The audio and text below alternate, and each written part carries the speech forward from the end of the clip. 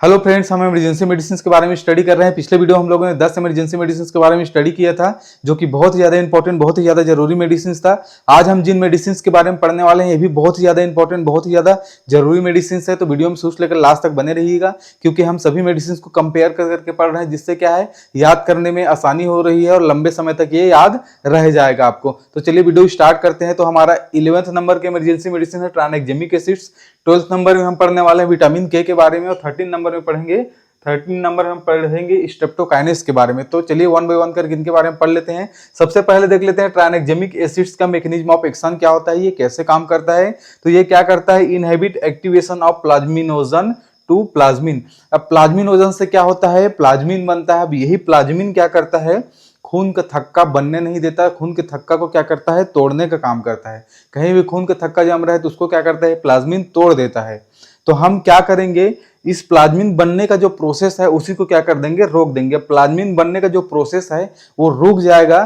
ठीक है, तो प्यार रुकने के बाद क्या होगा, जो खून का थक्का बन रहा था उसको ये तोड़ नहीं पाएगा और खून का थक्का बन जाएगा। ब्लड का क्या हो जाएगा, क्लोटिंग हो जाएगा। ब्लड क्लोटिंग जैसे ही होगा तो कहीं पर भी हमारा ब्लीडिंग हो रहा है, खून निकल रहा है, तो वहां पे क्या हो जाएगा, कंट्रोल ब्लीडिंग क्या है, रुक जाएगा, कंट्रोल हो जाएगा। तो ट्रानेक्जेमिक एसिड्स क्या करता है, ब्लीडिंग को कंट्रोल करने का काम करता है। हमारे बॉडी में कहीं भी ब्लीडिंग हो, ट्रानेक्जेमिक एसिड्स देते हैं और वो ब्लीडिंग को क्या करता है, जो खून निकलता है उसको कंट्रोल करता है, रोकने का काम करता है।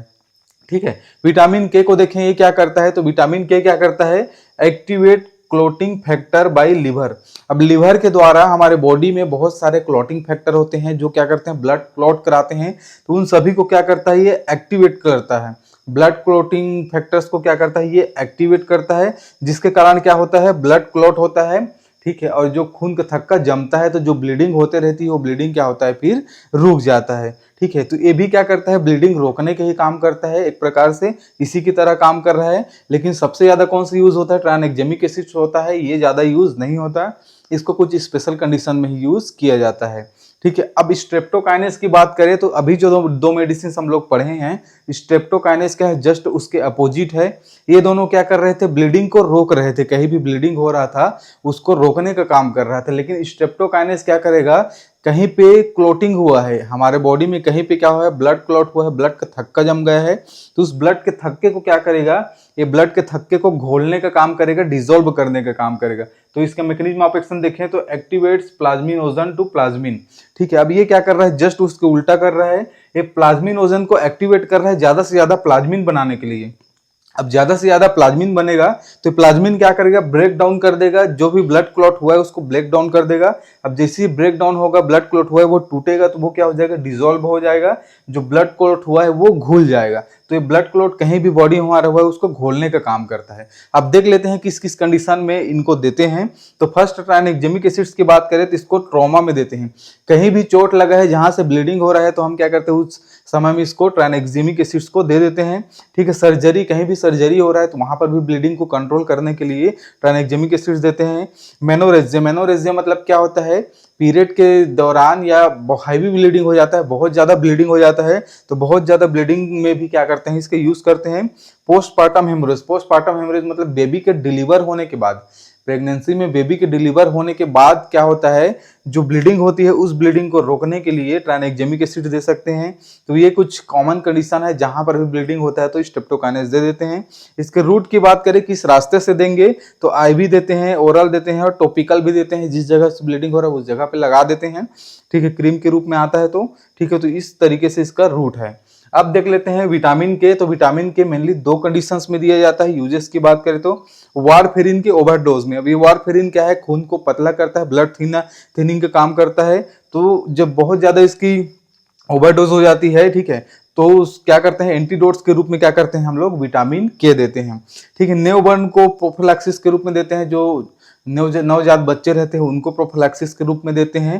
ठीक है, उनके में क्या होता है, ये क्लॉटिंग फैक्टर एक्टिवेट नहीं हो रहता, तो उसको एक्टिवेट करने के लिए, जितने भी क्लॉटिंग फैक्टर हमारे बॉडी में रहता है उसको एक्टिवेट करने के लिए क्या करते हैं, विटामिन के को देते हैं, क्योंकि ये एक्टिवेट करता है क्लॉटिंग फैक्टर को।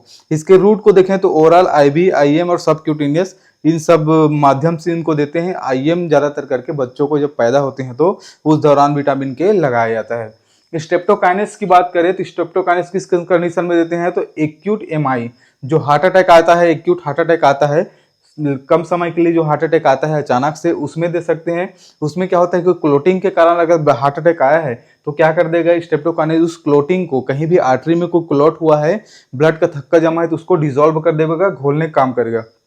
पल्मोनरी एम्बोलिज्म, पल्मोनरी एम्बोलिज्म का मतलब होता है लंग्स में या लंग्स के किसी जगह पे क्या होता है, ठीक है, कोई ब्लड क्लॉट हो जाता है तो उस ब्लड क्लॉट के कारण क्या होता है, पल्मोनरी एम्बोलिज्म होता है, सांस लेने में परेशानी होती है, बहुत सारा समस्या होता है। तो उस कंडीशन में भी क्या है, ब्लड क्लॉट हुआ है उसको डिसॉल्व करने के लिए स्ट्रेप्टोकाइनेस दे देते हैं। स्ट्रोक के कंडीशन में ब्रेन में कहीं पे खून का थक्का जमा हुआ है तो उसमें वहां पे क्या होता है, ठीक है, ब्लड क्लॉट को डिसॉल्व करने के लिए स्ट्रेप्टोकाइनेस दे देते हैं। डीबीटी, डीबीटी मतलब होता है डीप वेन थ्रोम्बोसिस।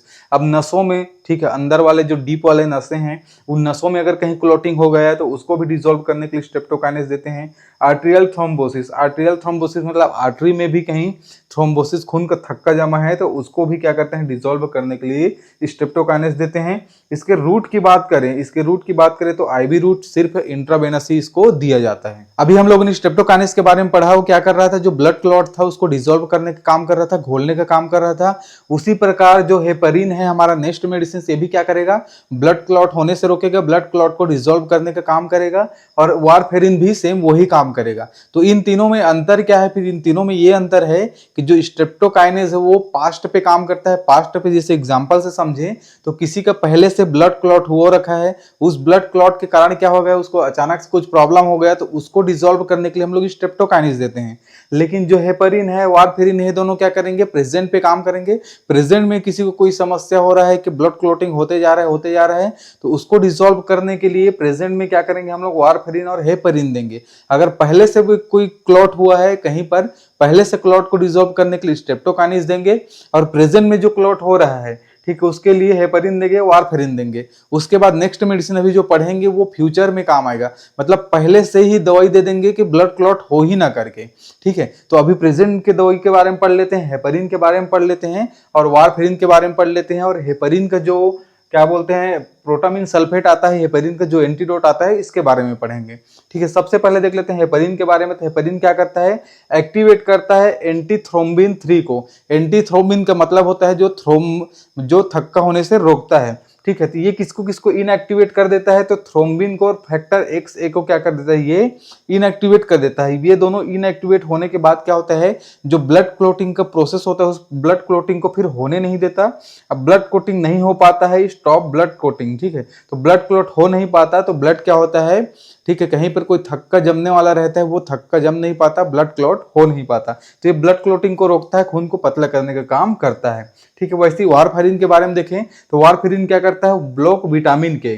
वारफेरिन क्या कर देता है, विटामिन के को ही ब्लॉक कर देता है।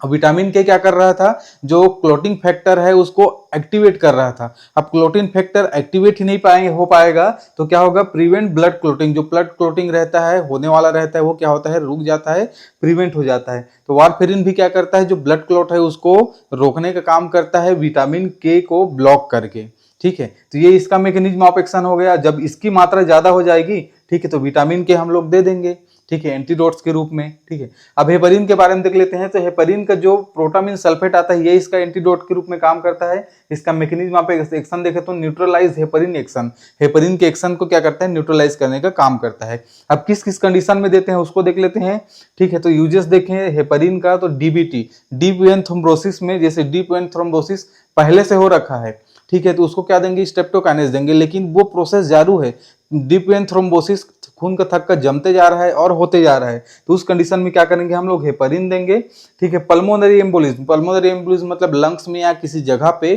ठीक है, क्या हो रहा है, ब्लड क्लॉटिंग होते ही जा रहा है, तो होते ही जा रहा है तो उसको प्रिवेंट करने के लिए, रोकने के लिए ब्लड क्लॉटिंग को हेपरिन देंगे।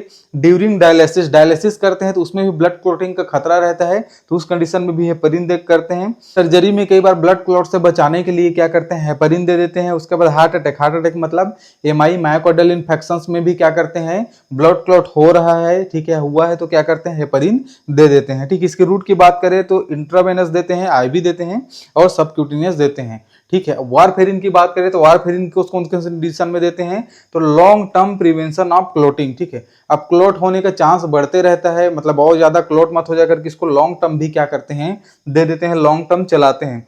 आर्टियल फिब्रिलेशन में देते हैं। आर्टियल फिब्रिलेशन में क्या होता है, जो हार्ट रेट है वो फ्लक्चुएट होते रहते हैं, उस फ्लक्चुएशंस के कारण कहीं ब्लड क्लॉट मत हो जाए करके उस कंडीशन में भी वारफेरिन दे देते हैं। ठीक है, डीबीटी डीप वेन थ्रोम्बोसिस में भी क्या करते हैं, वारफेरिन दे देते हैं। पल्मोनरी एम्बोलिज्म में भी वारफेरिन दे देते हैं। और मैकेनिकल हार्ट वाल्व, ये बहुत ज्यादा इंपॉर्टेंट है। जब क्या होता है, हार्ट का वाल्व खराब हो जाता है तो एक मैकेनिकल, ठीक है, आर्टिफिशियल वाला हम मैकेनिकल हार्ट वाल्व लगाते हैं। उस वाल्व में क्या होता है, क्लोटिंग मत हो करके, ठीक है, क्या करते हैं, वारफेरिन को चलाते हैं, वारफेरिन देते हैं। ठीक है, तो ये भी एक कंडीशन है। ठीक है, अब दोनों में अंतर क्या है, इसमें भी वही सेम चीज है, इसमें भी वही सेम चीज है।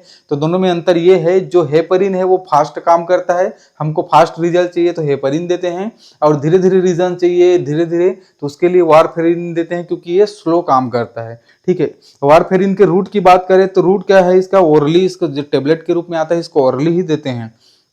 ठीक है, अब नेक्स्ट देखें प्रोटामिन सल्फेट को कौन कौन से कंडीशन में देते हैं, तो एंटीडोट के रूप में यूज हो रहा है, एंटीडोट ऑफ हेपरिन। तो हेपरिन के ओवरडोज होगा तभी क्या करेंगे, इसको देंगे। इसके रूट की बात करें तो आईवी स्लो देते हैं, इन्फ्यूजन में या तो ड्रिप में डाल के या सिरिंज पंप में चलाते हैं। अभी हम लोगों ने स्ट्रेप्टोकाइनेस के बारे में पढ़ा, जो क्या कर रहा था, पास्ट में कोई ब्लड क्लॉट हुआ है तो उसको डिसॉल्व करने का काम कर रहा था। उसके बाद हम लोगों ने हेपरिन और वारफेरिन के बारे में पढ़ा, जो क्या कर रहा था, प्रेजेंट में कोई ब्लड क्लॉट हो रहा है उसको बढ़ने से रोक रहा था और उसको डिसॉल्व कर रहा था। अब हम फ्यूचर के बारे में सोचेंगे, फ्यूचर में जो कोई ब्लड क्लॉट ना हो जाए करके जो मेडिसिन देते हैं उनके बारे में पढ़ेंगे, जिसमें फर्स्ट मेडिसिन है क्लोपिडोगिल।